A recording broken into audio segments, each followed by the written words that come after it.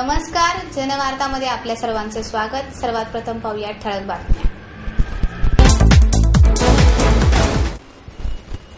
भविष्यात तरुणाई हीच देशाची संपत्ती असेल असे प्रतिपादन डॉक्टर नरेंद्र जाधव यांनी केले। विश्वशांती केंद्र माइट्स MIT पुणे संत ज्ञानेश्वर तुकाराम महाराज स्मृती व्याख्यानमाला न्यास आणि युनेस्को अध्ययन यांच्या संयुक्त विद्यमानाने 15व्या तत्वज्ञ संत श्री ज्ञानेश्वर तुकाराम व्याख्यानमालेच्या समारोपाचे आयोजन करण्यात आले। यावेळी विश्वशांती केंद्र MITचे प्रमुख प्राध्यापक डॉक्टर विश्वनाथ कराड, संस्थापक विश्वस्त प्राध्यापक प्रकाश जोशी, प्राध्यापक डॉक्टर LK क्षीरसागर, कार्यकारी संचालक डॉक्टर संजय उपाध्ये, डॉक्टर मिलिंद पांडे, प्राध्यापक सुधीर राणे, प्राचार्य चारुदत्त कुलकर्णी, प्राचार्य अतुल कुलकर्णी, प्राचार्य अरुंधती धुमाळ, ज्येष्ठ समाजसेविका सिंधुताई सपकाळ आदी मान्यवर उपस्थित होते। यावेळी बोलताना जाधव म्हणाले, पुढच्या 15 वर्षांनंतर भारत हा तरुणांचा देश म्हणून ओळखला जात असताना 10 ते 19 या वयोगटातील 24 कोटी लोकसंख्या ही आपली मोठी संपत्ती असणार आहे। त्यासाठी या तरुण पिढीला योग्य शिक्षण आणि प्रशिक्षण देणे ही शिक्षण क्षेत्रापुढील मोठे आव्हान आहे। पुढे सिंधुताई बोलताना म्हणाल्या, कुटुंबाचा भार स्त्रीच पाहत असते। पतीच्या जीवनामध्ये पत्नीचे स्थान अधिक मोलाचे असले तरी मोबदला सोडा साधी शब्दांचीही पावती तिला दिली जात नाही। जीवनातील स्त्रीचे स्थान महत्वाचे आहे, हे दोघांनीही ध्यानात ठेवले पाहिजे। यावेळी द.मा. मिरासदार म्हणाले, आपल्या देशातील ज्ञानेश्वर, तुकाराम, रामदास, नामदेव अशा महान संतांनी आपले विचार समाजातील लोकांवर रुजवण्यासाठी अनेक पद्धतीचा अवलंब केला। लोकरंजनातून लोकशिक्षण प्रभावीपणे करून विनोदाचाही वापर केला। विद्यार्थ्यांना शिकवताना विनोदाची झालर लावून शिकवले तर अधिक प्रभावी होते, याची जाणीव आपल्याला असली पाहिजे।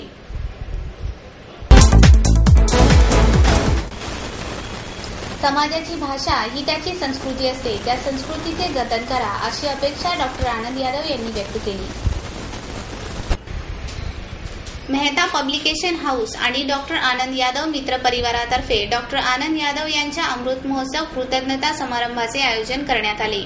यावेळी ज्येष्ठ पत्रकार आनंद दीक्षित, मेहता पब्लिकेशन हाऊसचे अनिल मेहता, साहित्य परिषदेचे कार्यवाहक प्राध्यापक मिलिंद जोशी, मसापचे कार्यवाहक डॉक्टर विभा देशपांडे आदी मान्यवर उपस्थित होते। यावेळी डॉक्टर आनंद यादव म्हणाले, भाषा ही व्यक्तीच्या व्यक्तिमत्वाचा अविभाज्य भाग असते। ती कधी शुद्ध किंवा अशुद्ध नसते, त्यातून अर्थपूर्ण संभाषण होणे आवश्यक असते। पुढे डॉक्टर बांदिवडेकर म्हणाले, डॉक्टर आनंद यादव यांच्या लिखाणातून समाजातील प्रत्येक स्तरातील भाषेचे सर्वांगीण चित्र दिसून येते। हे चित्र सर्वांपर्यंत पोहोचण्यासाठी त्यांचे साहित्य इतर भाषांमध्येही प्रकाशित होणे आवश्यक आहे। लेखिका दमयंती नरेगल लिखित जीवनरथ या मराठी अनुवादित कादंबरीचे प्रकाशन डॉक्टर उमा कुलकर्णी यांच्या हस्ते करण्यात आले।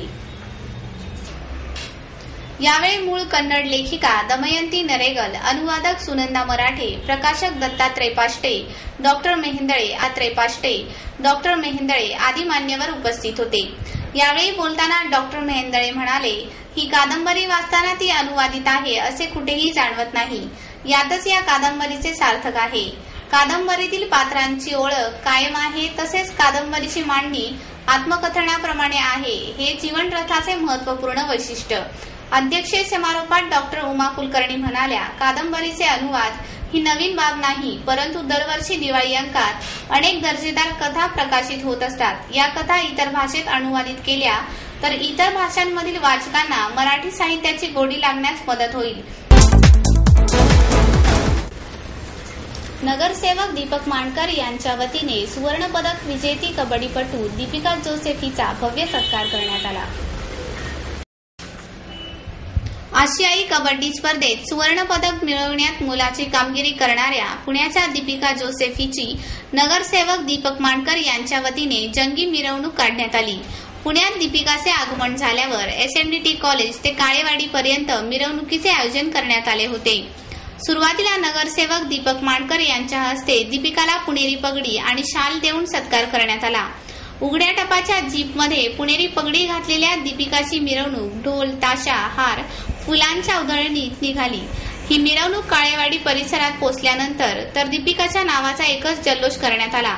यानंतर काळेवाडी परिसरातील मामासाहेब मोहोळ शाळेत महापौर मोहनसिंग राजपाल यांच्या हस्ते तिचा सत्कारही करण्यात आला। यावेळी नगरसेवक दीपक मानकर म्हणाले, सुवर्णयुग कबड्डी संघ ते आशियाई सुवर्ण पदक या दैदिप्यमान कामगिरीचे संपूर्ण श्रेय दीपिकाच्या आईस, कुटुंबास आणि तिचे प्रशिक्षक आनंद शेळके यांना जाते। तसेच दीपिकाचे हे अभूतपूर्व यश संपूर्ण पुणे जिल्हा कबड्डी संघास पुन्हा नव्याने सुवर्णयुग मिळवून देणार यात शंकाच नाही। ही पुण्याची कन्या आता भारताची कन्या झाली आहे आणि तिच्यापासूनच झोपडपट्टी परिसरात परिवर्तनाची लाट सुरू झाली आहे। यावेळी दीपिका म्हणाली, या सर्व सत्काराने मी भारावून गेली आहे। कबड्डी या खेळाला देशात ग्लॅमर मिळवून द्यायचे असून पुढील काळात चांगले खेळाडू घडवण्याचा माझा प्रयत्न असेल। यावेळी नगरसेवक दीपक मानकर यांच्याकडून दीपिकाला 25,000 रुपये रोख देण्यात आले।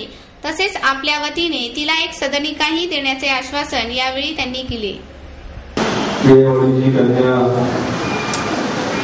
भारताची कन्या झालेली आहे दीपिका, तिचा मातोश्री व्यासपीठावरील सर्व मान्यवर, उपस्थित सर्व बंधू भगिनी आणि माझ्या बालमित्रांनो, सत्कार करणारा सत्कार आपण बोलतोय। झोपडपट्टीमध्ये काय होऊ शकतं आणि परिवर्तनाची लाट दीपिकाने आली असं पद्धतीने काही चुकीचं करणार नाही। समाजामध्ये काम करणारी तिची आई सामाजिक बांधिलकीच्या नात्याने आपल्या आयुष्यामध्ये कसं त्याशी जोडलं आणि हे जोडत असताना आपल्या मुलीला देखील त्याने आपल्या आयुष्यामध्ये घडवलं। कुठल्या परिस्थितीमध्ये घडवलं हे त्यांच्या अंतरात्म्याला माहिती। परमेश्वराच्या कृपेनं तुमच्या सगळ्यांच्या आशीर्वादाला दीपिका आज मोठी झालेली आहे। तिच्या कर्तृत्वाला मोठी झालेली आहे, तिच्या कष्टातून ती मोठी झालेली आहे, तिच्या गुरुजनांच्या मार्गदर्शनामुळे ती मोठी झालेली आहे, शेतकऱ्यांच्या मार्गदर्शनामुळे। त्याचप्रमाणे भविष्य मंडळाने त्यांना मदत केलेली आहे, त्यांना दत्तक करून घेतलेला आहे। म्हणजे हा वासा जपत असताना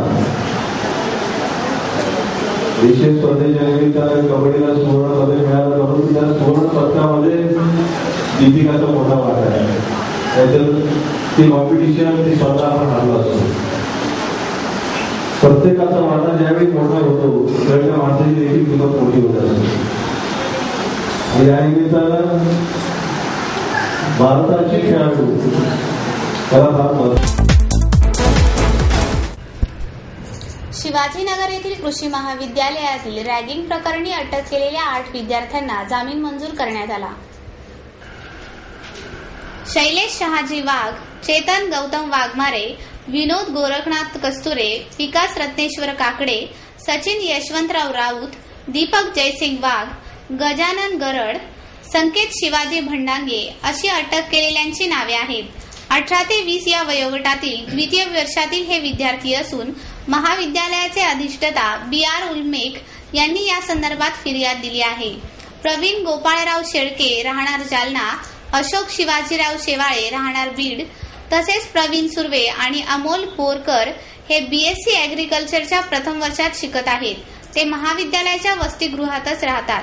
अटक झालेले सर्वजण प्रथम वर्षातील विद्यार्थ्यांना अपमानास्पद वागणूक देत होते। तसेच त्यांच्याकडून जर्नल आणि प्रॅक्टिकल बुक लिहून घेत असत। आम्ही त्रास देतो हे कोणालाही सांगितल्यास मारहाण करण्याची धमकी ते देत होते। विद्यार्थी प्रवीण शेळके याने त्याचे मामा विलास पाटील यांना हा प्रकार सांगितला। पाटील यांनी यावेळी महाविद्यालयाच्या प्रशासनाकडे तक्रार केली। शिवाजीनगर पोलिसांनी या प्रकरणी अदखलपात्र गुन्हा दाखल केला असून मंगळवारी सकाळी या सर्वांना अटक करण्यात आली। शिवाजीनगर जिल्हा सत्र न्यायालयात हजर करण्यात आले असता अतिरिक्त मुख्य दंडाधिकारी VK कदम यांनी या 8ही जणांना प्रत्येकी 10,000 रुपयाच्या जामिनावर मुक्तता केली। तसेच आठवड्यातून एकदा शिवाजीनगर पोलीस ठाण्यात हजेरी लावावी असे आदेशही दिले आहेत।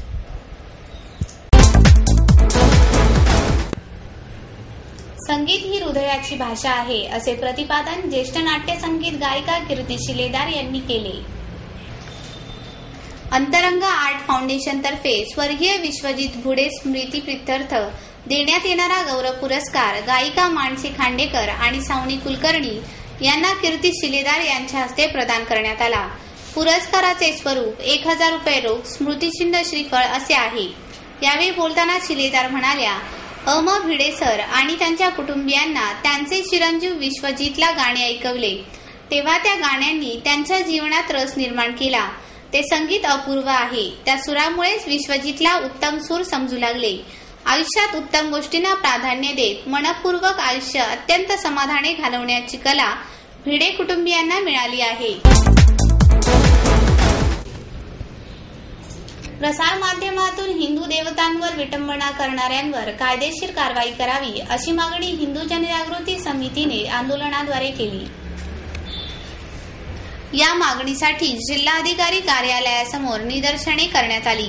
हिंदू महासभेचे विलास दीक्षित, भारतीय जनता पक्षाचे दिनेश नायकू, लाल महाल उत्सव समितीचे चंद्रशेखर शिंदे, वारकरी महामंडळाचे शिरूर तालुका अध्यक्ष हबप सुभाष महाराज कामठे, हिंदू जनजागृती समितीचे सुनील घनवट, रणरागिणी शाखेच्या अंजली जोशी या सर्व मंडळाने अप्पर जिल्हाधिकारी RK गायकवाड यांना या संदर्भात निवेदन दिले. तसेच या निवेदनाची प्रत मुख्यमंत्री, उपमुख्यमंत्री आणि गृहमंत्री यांनाही पाठविण्यात आली. या संदर्भात शासनाने जर मूर्तीभंजकावर कार्यवाही केली नाही तर आम्ही राज्यव्यापी आंदोलन करू असा इशाराही यावेळी देण्यात आला. या निदर्शनामध्ये अनेक कार्यकर्ते सहभागी झाले होते. या संदर्भात राबविण्यात आलेल्या स्वाक्षरी मोहिमेत 200 जणांनी स्वाक्षरी करून मूर्तीभंजनाचा निषेध नोंदविला. देवांच्या मूर्तीची विटंबना व मंदिरामध्ये चोरी करणाऱ्यांवर कडक कार्यवाही करावी. मूर्तीची तोडफोड करणाऱ्या मूर्तीभंजकांना शिक्षा झालीच पाहिजे. मूर्तीभंजकाचा तपास न लावण्याच्या शासनाचा धिक्कार असो, सनातन हिंदू धर्माचा विजय असो, छत्रपती शिवाजी महाराजांचा विजय असो अशा घोषणा देत जिल्हाधिकारी कार्यालयासमोर निदर्शने करण्यात आली. स्त्री पुरुष गुणोत्तरातील असमानता ही भविष्यातील गंभीर समस्या असेल असे मत डॉक्टर अंजली राडकर यांनी व्यक्त केले. पुरुष प्रधान समाज व्यवस्थेत स्त्री पुरुष गुणोत्तरातील असमानता मोठ्या प्रमाणात वाढत आहे. उच्च शिक्षण आणि आर्थिक स्तर ही सामाजिक चौकट बदलू शकत नाही. तसेच सोनोग्राफी सारख्या नवीन तंत्रज्ञानामुळे या स्त्री पुरुष गुणोत्तरातील असमानतेमध्ये भरच पडत आहे असे डॉक्टर अंजली राडकर यांनी सांगितले. दृष्टी स्त्री अध्ययन प्रबोधिनीच्या वतीने आयोजित लोकसंख्येतील स्त्री पुरुष गुणोत्तरातील सद्यस्थिती या विषयावर आधारित व्याख्यान देताना त्या बोलत होत्या. यावेळी अध्यक्षस्थानी डॉक्टर माधवी तळवळकर, डॉक्टर अंजली देशपांडे आदी मान्यवर उपस्थित होत्या. यावेळी हरियाणा, दिल्ली तसेच परदेशातील सर्वे करून आलेल्या निष्कर्ष सांगून त्यांनी उपस्थितांना मुलींना वाचवणे किती गरजेचे आहे हे पटवून दिले. वरसगाव धरणाचे पाणी बेकायदेशीररित्या वळवून उभारण्यात आलेल्या लवासा प्रकल्पामुळे विस्थापित झालेल्या 18 गावांमधील धरणग्रस्तांची 12 डिसेंबर रोजी लढा परिषद दौंड येथे आयोजित करण्यात आली आहे. 1971 मध्ये वरसगाव धरण उभारण्यात आल्यावर सुमारे 3000 कुटुंबाचे पुनर्वसन करण्यात येईल असे आश्वासन दिले गेले होते. त्यानंतर 12 वर्षांनी काही कुटुंबाचे पुनर्वसन करण्यात आले, परंतु आजही उर्वरित कुटुंबाचे पुनर्वसन करण्यात आलेले नाही. 1998 मध्ये लवासा कॉर्पोरेशनने पाणी साठवण आणि झाडे लावण्याच्या नावाखाली 9050 एकर जमीन खरेदी केली, परंतु विस्थापितांचे पुनर्वसन झालेले नाही.